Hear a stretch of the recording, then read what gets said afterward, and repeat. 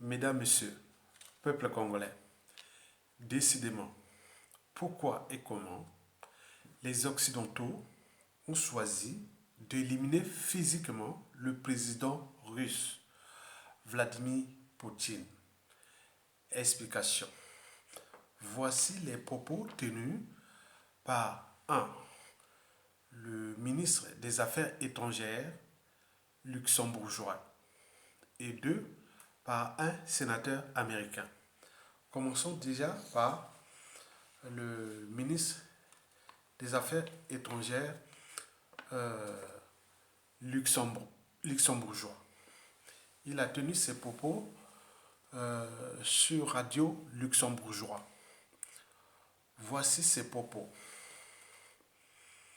C'est peut-être tout ce que l'on pourrait souhaiter que Poutine soit réellement, physiquement éliminé pour arrêter ça.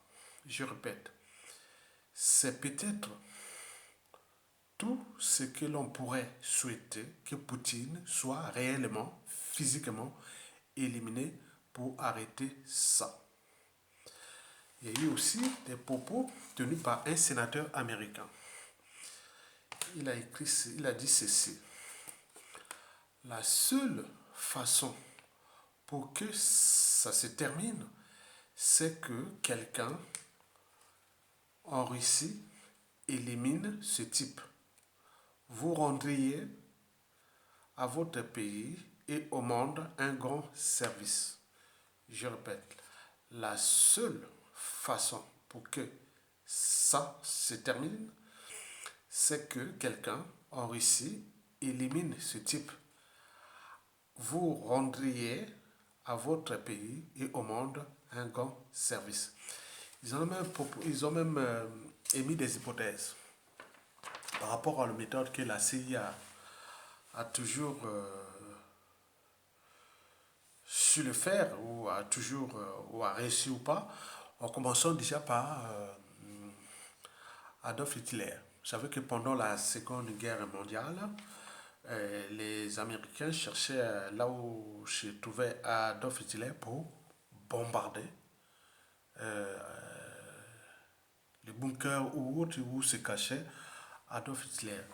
Donc les trois hypothèses de solutions proposées qui sont en cours sur la table pour éliminer physiquement Vladimir Poutine sont les suivantes. La première, c'est le bombardement. Donc ils cherchent là où avec les renseignements américains et autres, donc ils vont peut-être savoir qu'il sort du Kremlin, il est peut-être là-haut dans une partie du territoire, bon, on les bombarde. Et donc les risques, je ne sais pas. Deuxième hypothèse, c'est l'empoisonnement. Ils ont mis cette hypothèse-là, l'empoisonnement. Et la troisième hypothèse, c'est par arme à feu. C'est-à-dire, ils ont un proche qui arrive et le tue. Donc, je vous répète les trois solutions proposées en ce moment. C'est soit bombarder l'endroit où se trouve Poutine, quand tu vas se déplacer, quand tu vas peut-être sortir du Kremlin ou autre, voilà. Deuxième, c'est l'empoisonnement. Et la troisième, c'est par arme à feu. Mais dans tous les cas, l'intention est là. Eh bien oui, les Occidentaux, on en a marre de Poutine, qui ne cesse de leur damer le pion. Donc ils n'en peuvent plus.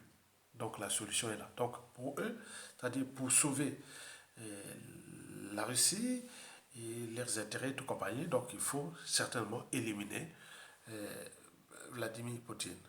Maintenant là, c'est là où commencent toutes les difficultés. Bon, j'ai mets aussi moi des hypothèses. Si ça réussit, ok, que les Occidentaux ont éliminé le président d'une première puissance nucléaire du monde. Poutine éliminé par l'une des trois solutions précitées. Mais je ne sais pas quel sera le comportement déjà des nationalistes russes ou de va en guerre. Ça sera quand même une humiliation que le président d'une première puissance militaire et nucléaire du monde éliminé par les Occidentaux. Je ne sais pas les conséquences. D'abord pour les nationalistes.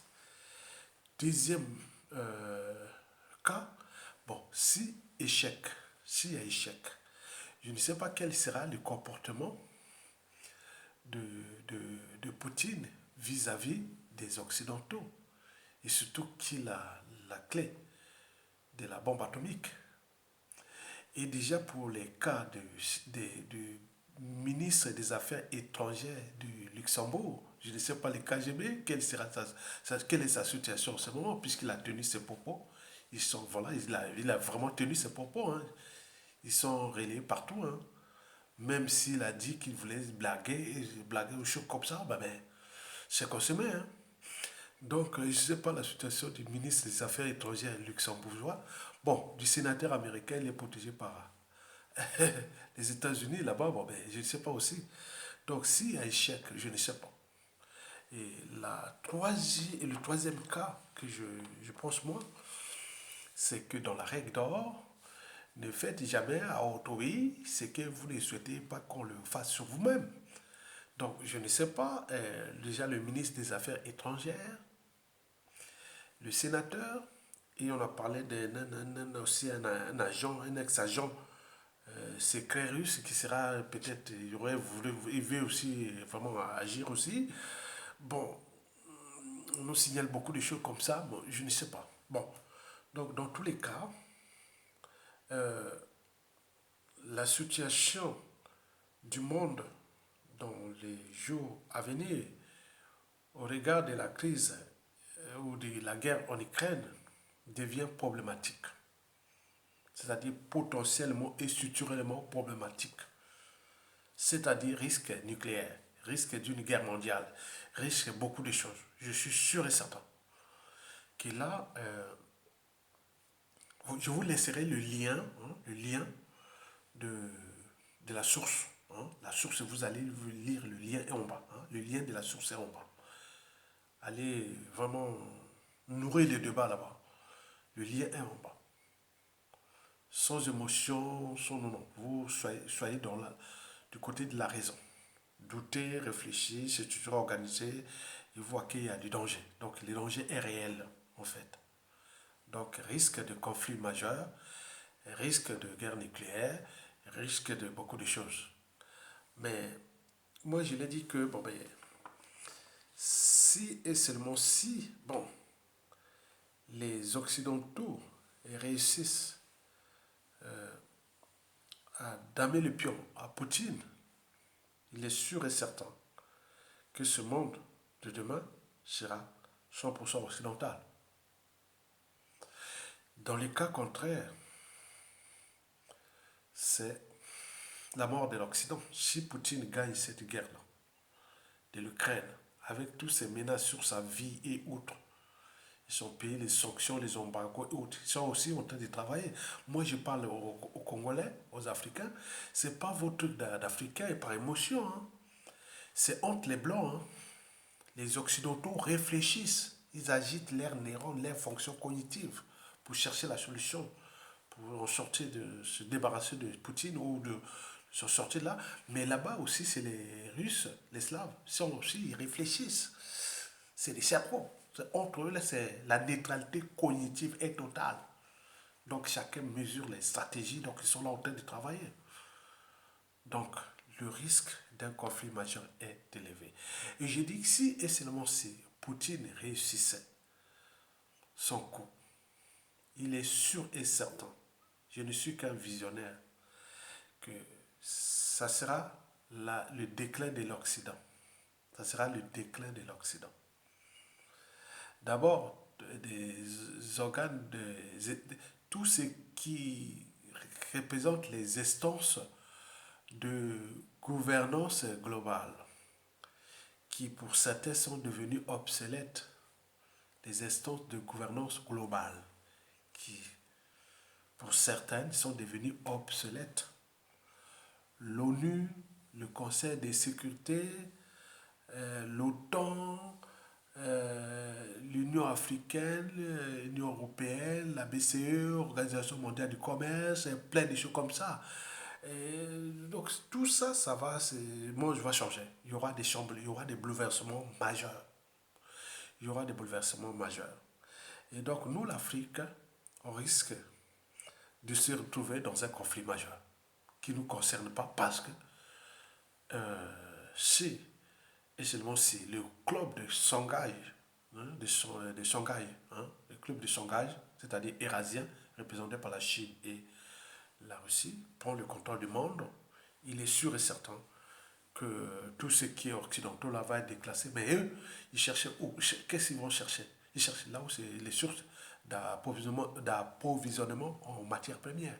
Ça va être en Afrique. Donc nous allons être au centre, au cœur des conflits majeurs entre le club de Shanghai et l'Occident pour le contrôle des matières premières. Déjà, le club de Shanghai part avec l'avantage de la Russie qui a des matières premières gigantesques. Donc il reste à aller s'accaparer des ressources matières premières en Afrique. Donc là où va se dessiner les enjeux. Et donc, comme je vous ai dit dans la règle d'or, ne faites jamais autrui, c'est que vous ne souhaitez pas qu'on le fasse vous-même. Donc la Russie et la Chine et le club des géants, ils vont certainement peser très très lourd contre l'Occident. Et si voilà, il y aura l'équilibre des forces. Donc il faut en tenir compte de ça. Comme je vous l'ai dit que la chute de Sassou Nguesso sera au cœur des enjeux géostratégiques qui se dessinent. Et je vous ai parlé plusieurs fois de ces rapports de force Occident érasé. Sassou fut placé par l'Occident. Maintenant, avec le vote contre la Russie, il n'a pas voté contre. Donc, il est là à jouer un peu la neutralité et autres. Mais dans cette situation-là, pour l'Occident ou la France-Afrique, Sassou, quelque part, a trahi l'autre là. Donc, vous voyez déjà ça. Mais Sassou cherche à compter sur la Chine et la Russie, puisque ce sont des puissances qui montent. Donc, là, il y a une solidarité entre la Chine et la Russie. Et qui cherche à, à contourner les sanctions économiques et financières. Et vous avez entendu que Internet, je sais pas, le 11 mars, ils vont mettre leur système d'Internet russe et avec les systèmes chinois. Donc, ils sont en train de travailler là-bas. Donc, les hommes, ils réfléchissent à chaque crise, à chaque situation, ils cherchent des solutions et autres. Mais nous, on reste que dans les émotions, dans l'appartenance et autres, voilà. Mais là, on voit qu'ils travaillent. Donc, l'Afrique sera au cœur de ces enjeux géostratégiques parce que c'est nous qui tient la clé du monde à cause de nos matières premières. L'Occident, l'Europe n'a pas de matières premières. Mais où est-ce qu'elle tire sa puissance? C'est en Afrique. Et donc ce monde-là va se battre entre le club de Shanghai et l'Occident chez nous. Donc c'est à nous de comprendre déjà ces enjeux-là. Donc commençons à se débarrasser des Sassou et des Nguesso pour se préparer aux enjeux majeurs. Mais si vous restez là à jouer à l'effet spectateur, voilà, donc c'est pas bon. Donc je voulais vous résumer cette affaire-là. Donc il est mieux que vous cliquez en bas du lien là pour nourrir les débats parce que le lien, la source de cette information est bien détaillée en bas de la vidéo là. Donc je vais mettre un lien là où c'est écrit éliminer Poutine, la seule solution. Vous lisez ce lien là et vous allez comprendre les enjeux. Mais ils sont déjà informés, Poutine et tout ça. Bon, donc, je dis que pour nous, hein, Africains et humanistes et tout le monde entier, donc le risque d'un conflit majeur devient élevé. Deux, le risque de guerre nucléaire est élevé. Trois, si la Russie gagne euh, la guerre de l'Ukraine, il est sûr et certain que l'Europe sera en danger et ce sera le déclin de l'Occident et ça sera quelque part des transformations majeures, surtout au niveau des instances de gouvernance globale, qui sont l'ONU, l'OTAN et beaucoup de choses comme ça. Ok? Donc, allez nourrir les débats, c'est très très important parce que nous, l'Afrique, cette crise-là ne nous concerne pas, hein, entre Européens, entre Blancs et autres, c'est vrai. Mais cette crise-là aura des impacts et des conséquences majeures sur notre continent. Au regard des ressources naturelles, des matières premières que nous disposons, et ces matières premières, certaines sont indispensables ou même obligatoires aux technologies civiles et militaires dont dispose l'Occident. Donc, attention, danger pour nous.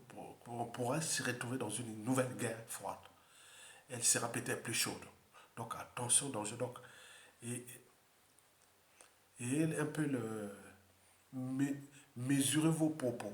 N'ayez pas trop d'écart de langage. Donc, en réalité, les deux blocs-là sont déjà nécessaires pour nous, sont indispensables pour nous. Que ce soit l'Occident, que ce soit le club de Shanghai. Donc, c'est à nous de voir le partenariat gagnant-gagnant. Mais avant d'en arriver là, mais au vu de la situation qui se passe là-bas, le risque, elle est là. Il est là. Parce que les gens là, ici, ils cherchent à éliminer Poutine. Ça peut arriver à des situations compliquées. Mais dans tous les cas, le gars est tellement déterminé, il va gagner certainement cette guerre, quelles que soient les pertes humaines, mais après il va aller plus loin. Hein. Ah oui, hein, parce que là, il est enragé. Il est enragé parce que les Européens, les Occidentaux, ce qu'ils font à lui là, bon ben donc il ne peut pas digérer ça. Bon, donc on l'a qualifié de tout, mais donc c'est quelqu'un qui est blessé, c'est vrai, il est blessé, il est isolé. Et donc là, attention à une bête isolée qui a des armes. Chez nous, il y a un proverbe congolais qui dit que il ne faut pas provoquer ou menacer quelqu'un qui porte une arme. On dit toujours ça. Il ne faut pas provoquer ni menacer quelqu'un qui porte une arme. Vous avez tout compris? Voilà. Nous, en Afrique, c'est ça. À bientôt. Cliquez sur les liens en bas là. Vous allez voir que c'est intéressant pour nous et surtout chercher à nourrir les débats. Surtout à nourrir les débats, à éclaircir le débat là. Donc vous avez tout compris. Merci.